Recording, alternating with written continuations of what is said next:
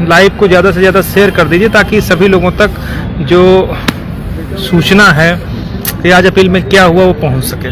पहले हम लोगों ने सोचा कि सर से एक बार डिस्कस कर लिया जाए पूरी चीज़ें, उसके बाद जो है लाइव आया जाए। जैसा कि सभी लोगों को पता है कि जो आरक्षण की लड़ाई हम लोगों की है वो लगभग 90% हम लोग रेड कोर्ट से सिंगल बेंच से जीत ही गए हैं। कुछ थोड़ी बहुत जो ATRE वाला मैटर था उसको लेकर के हम लोग स्पेशल अपील में आए हैं, ठीक है। तो स्पेशल अपील पहले दिन तो चीफ साहब के यहाँ चली गई थी, चीफ साहब नहीं आ पाए, तो रिवाइज होकर के आज जस्टिस राजन राय साहब की जो बेंच है नॉमिनेट हो गई, तो उस बेंच में आज सुनवाई थी। लोगों की तरफ से सीनियर अधिवक्ता सुदीप सेठ साहब अपीयर हुए, क्योंकि स्पेशल अपील बनवाने में हम लोगों ने बहुत मेहनत करी थी।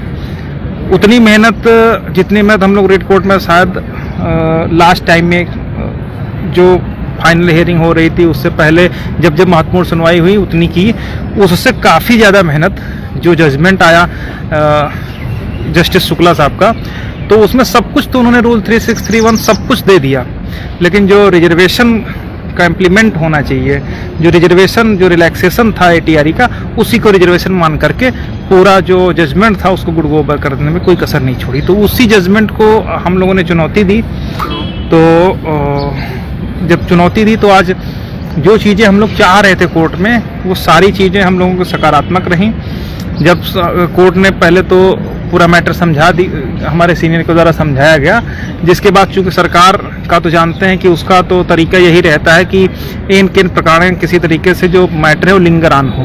तो अपनी आदत से मजबूर जो CSC हैं, जो डेट लेने के लिए ही जाने जाते हैं, रणविजय साहब वो खड़े हुए, उन्होंने कहा कि साहब हमको इसमें 4 हफ्ते का टाइम दे दीजिए तो हम इसमें काउंटर वगैरह दाखिल कर दें, जिसका अपोज हमारे सीनियर के द्वारा कहा गया कि साहब आप इनको 4 नहीं 6 आप इनको 6 हफ्ते का टाइम दे दीजिए, तब तक का जो पूरा जजमेंट है उसको कोई स्टेटस कर दीजिए और जो कमियां हैं उसको आप अपना फाइंडिंग में लिख दीजिए।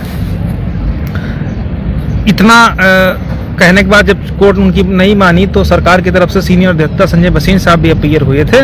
उन्होंने भी थोड़ा मोड़ा अपना पक्ष रखा, लेकिन कुछ खास नहीं रखे, क्योंकि तभी अनारक्षित वर्ग के अभ्यर्थियों की तरफ से SK कालिया साहब थे, अनिल तिवारी साहब थे, सीनियर अधिवक्ता SK कालिया, सीनियर अधिवक्ता अनिल तिवारी, और इसके अलावा जो है अमरनाथ त्रिपाठी साहब थे, आशीष चतुर्वेदी साहब थे। मतलब पूरा वही उन लोगों की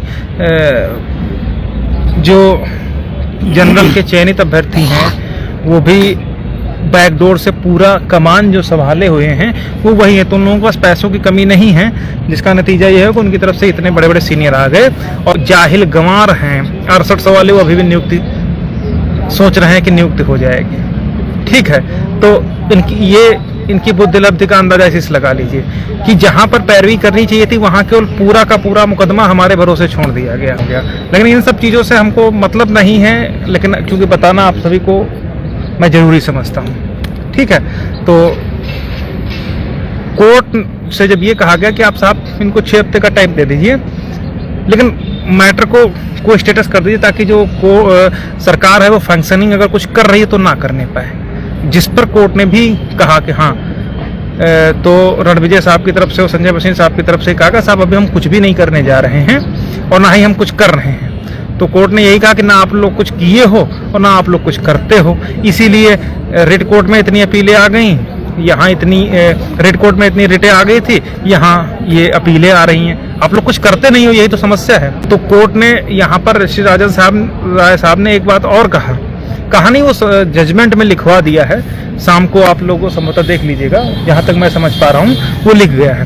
कोर्ट ने स्पष्ट लिख दिया है कि चूंकि इस मैटर में रेड कोर्ट में काउंटर रिजॉइंडर पूरी तरीके से हो चुका है रेड कोर्ट में, इसलिए अब इस स्थिति में स्पेशल अपील में काउंटर रिजॉइंडर की कोई ज़रूरत है नहीं। तो कुछ 1-2 जूनियर अधिवक्ता जो अपने ही समाज के लोगों ने किए हैं उनकी तरफ से कहा कि साहब हमारी भी अपील है, उसको सुन लीजिएगा।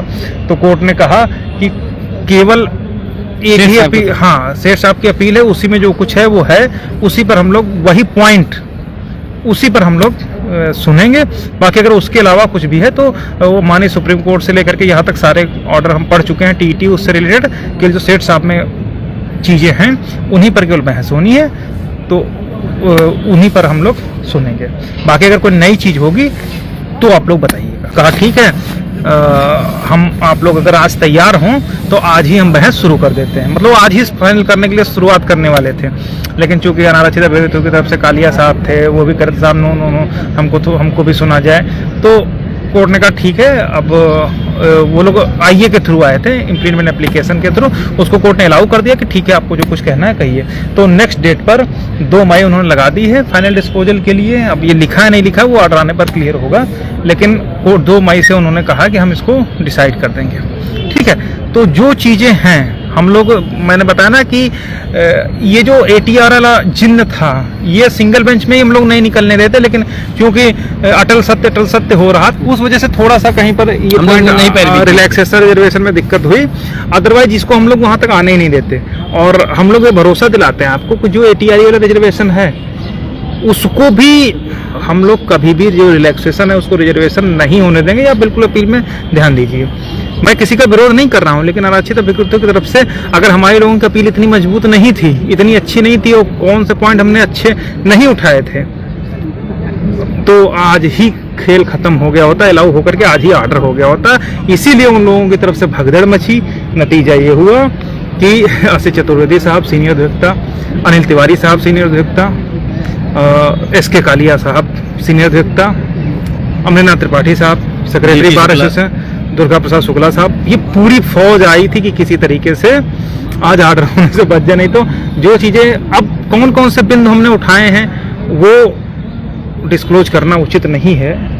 इतना मैं आप लोगों को जरूर आश्वस्त करता हूं कि वो बिंदु हम सामने नहीं बता सकते। जरूर है कि उन बिंदुओं को ही आप लोग अपील में देखिएगा और वही जजमेंट में लिख करके आएंगे। ठीक है, तो ये सारी बातें हुई हैं कोर्ट में। 2 मई से पूरी उम्मीद है कि ज़्यादा टाइम नहीं लगेगा, जहाँ तक मैं समझ पा रहा हूँ। ठीक है, और बाकी जो लोग एक सजेशन है वो सजेशन यही है कि जो ये अटल सत्य वाले हैं वो संदीप सिंह का भूत जो है उनके पास, दीक्षित नहीं, संदीप सिंह जो मिनिस्टर साहब हैं, जो लॉलीपॉप है वो सब कोई नियुक्तियां नहीं होने जा रही हैं, किसी को नौकरी नहीं मिलने जा रही हैं, 6800 ठीक है। और इस बात को जितना जल्दी अपने दिमाग में बिठा लोगे सुकून में रहोगे। ठीक है, बाकी करते रहो, जैसा हाथ सिंगल बेंच में हुआ था वैसा डबल बेंच में तो होने की जरूरत है नहीं, क्योंकि अब तो चूंकि वो रद्द हो ही चुकी है। ठीक है, तो अब ATR पर जब हम लोग डिफेंड कर ले जाएंगे तो ATR पर डिफेंड करने के बाद कोर्ट ने भी 3631 को अलाउ किया है। इसका मतलब है कि ATR डिफेंड होते हुए आपको 20,000 सीटों की या तो लिस्ट आएगी, अदरवाइज एकोमोडेशन की आएगी। इसके अलावा तीसरी कोई लिस्ट नहीं है। 6800 को सोच रहे हैं कि 6800 करवा ले जाएंगे, एक मंत्री जी से मिलके, फलाने से मिल करके, कभी नहीं होगी। लाइव को सेव करके रखिएगा, 6800 कभी लिस्ट नहीं होगी। अगर अब होगी तो या तो 20,000 की होगी या तो पिटिशनर्स की होगी, अदरवाइज कुछ जो लोग उम्मीद लगाए बैठे हैं कि वो भैया करवा ले जाएंगे, तो ना भैया के दम है और ना किसी के दम है। ठीक है, मतलब हमको तो आश्चर्य इस बात का है कि इतने इनके बुद्धि में गोबर भरा है। अनरिजर्व की तरफ से बताओ 5 सीनियर अधिवक्ता आ रहे हैं और यहाँ पूरी की पूरी लड़ाई हम लोगों के अंदर छोड़ दी गई है, लेकिन हम लोग उस भार को उठाए हैं, महसूस कर रहे हैं। और ये भरोसा मानिए कि ATR पर हम लोग जीत दिला करके ही मानेंगे, वो चाहे 5 नहीं 50 लेकर के आ जाए। ठीक है, तो ये सारी बातें हैं, बाकी तो कुछ नहीं है। और जो साथी अभी हैं सब लोगों की जो नाम वगैरह है वो सब तैयार करवा दिए गए हैं, और नेक्स्ट डेट से पहले सभी लोग जो है स्पेशल अपील में जुड़ जाएंगे।